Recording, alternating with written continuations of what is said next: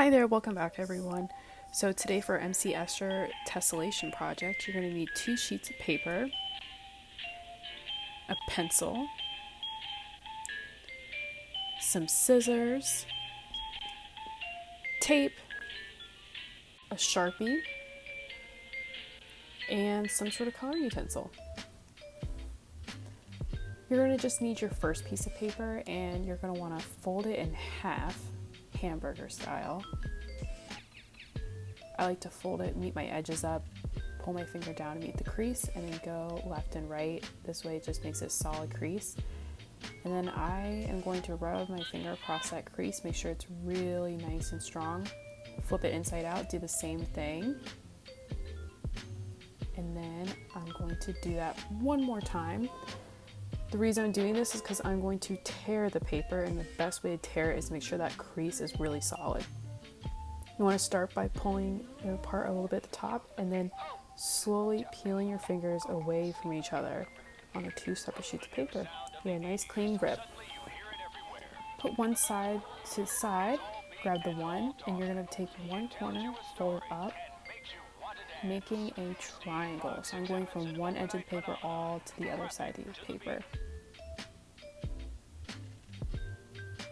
The reason I'm doing this is I need to make a square for my tessellation, and if I fold it the way I just did with the triangle, it actually creates a square.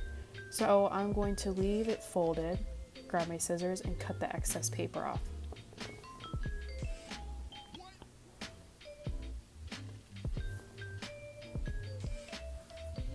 You can throw that piece of excess paper away, and then you have a square. I'm going to get that crease out. And I just want to see what it looks like with my other sheet of paper. So when I put it on there, I noticed that I really couldn't get that many tessellations on it if I used this size. So I think I'm going to make it a little bit smaller. And to do that, I'm going to keep this square, but I'm just going to do the same process like I did before, folding my corner up just a little bit, putting my crease, and then grabbing my scissors and cutting the excess off. So you can repeat this process until you have a square size that works for you. Next, I'm going to grab my pencil and I'm going to start designing. I am putting just the first line design that comes to mind for me. I thought of a wave shape. I'm going to grab my scissors and cut this out. The advantage of having an extra piece of that paper that we fold in half is that if you do this process and you end up not liking it, you can always try another one. The next step is you are going to take that piece you cut and then move it directly to the top. You want to make sure this is exactly above it so that way your tessellation works out really well. The whole purpose of a tessellation is that you're kind of in a way creating a puzzle piece, and you're going to see as the process goes on how that works. It helps if you have your pieces of tape already cut before you do this part. I recommend doing 2 pieces per side, just to make sure it's extra secure. After you get that piece cut out and taped to the top, you're then going to want to draw one more shape on the left. Once again, you can have fun with this shape, do whatever your heart desires.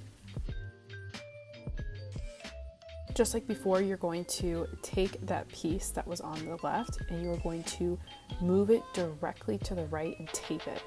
This one is a little bit harder than the other shape that we did first, just because this one doesn't really have a way to line up from both sides. So be really careful, do the best you can. Once again, I recommend cutting a piece of tape beforehand, and you can even do what I did in this video and have it on your non-dominant hand so that you can easily grab it.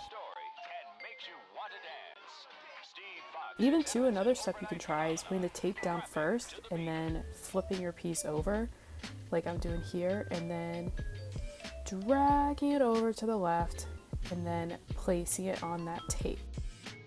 Now your finished tessellation is done. It might look a little weird right now, but wait until we start tracing it. So grab your second sheet of paper and think about if you want it to be a landscape or portrait style. I decided to do landscape. I feel like my tessellation would fit better on the paper that way. I started in the bottom left corner, so this way I can easily move across the page, and you're going to firmly hold it down with one hand and trace with the other. If you used a thin paper like I did, it's a little tricky to trace. You really have to just move slowly and carefully. However, if you're using pencil and you make a mistake, you can really easily erase that as you go. So it's no big deal. I recommend drawing lightly. Once you finish tracing the first tessellation, you're just going to move it to the right, directly next to the one you just drew, lining up exactly where you left off, and keep tracing. You're going to notice as you go, it lines up just like a puzzle piece, just like how I said earlier in the video. That's exactly what MC Escher did. He would create these stencils and then move them across the page, repeating the pattern, and it would almost look like an optical illusion in a way. Repeat this process until you filled your entire page.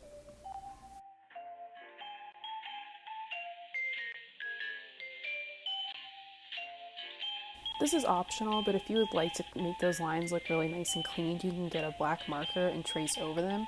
If you don't do this, it'll still really be a great outcome, but I just really wanted to add a black outline.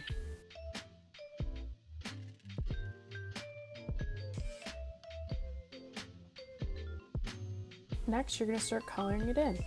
Before you start coloring, really look at what you drew and think about what you see. So I, from the start, drew waves on my tessellation, so I wanted to color those in blue. And then I wanted to, as I was coloring, try to think about what else I saw in this so I can create some sort of scene. One tip, if you don't want to get crayon or marker, whatever you're using to color in your surface, you can grab that extra piece of paper you had from earlier and use that as a shield for your table. I know for myself, I color kind of messy and I do not like getting it on my table, so this is a great tip. When I finished coloring my waves, I was looking at my drawing and I noticed that the second shape I drew kind of reminded me of a dolphin.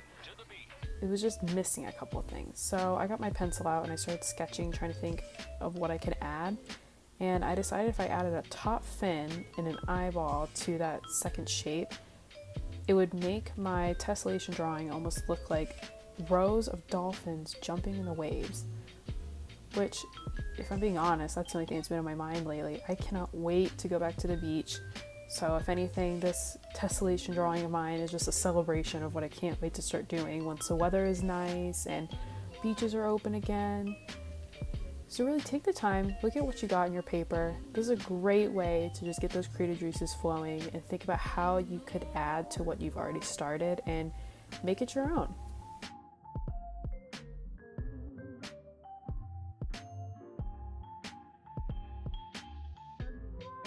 I decided to use purple for my second row of waves to break up the gray and the blue that I had on my paper already.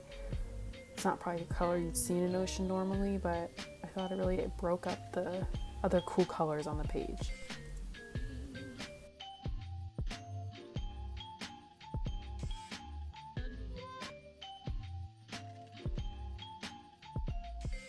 And that's it. That's your finished MC Escher inspired tessellation drawing. I can't wait to see what you guys make this week.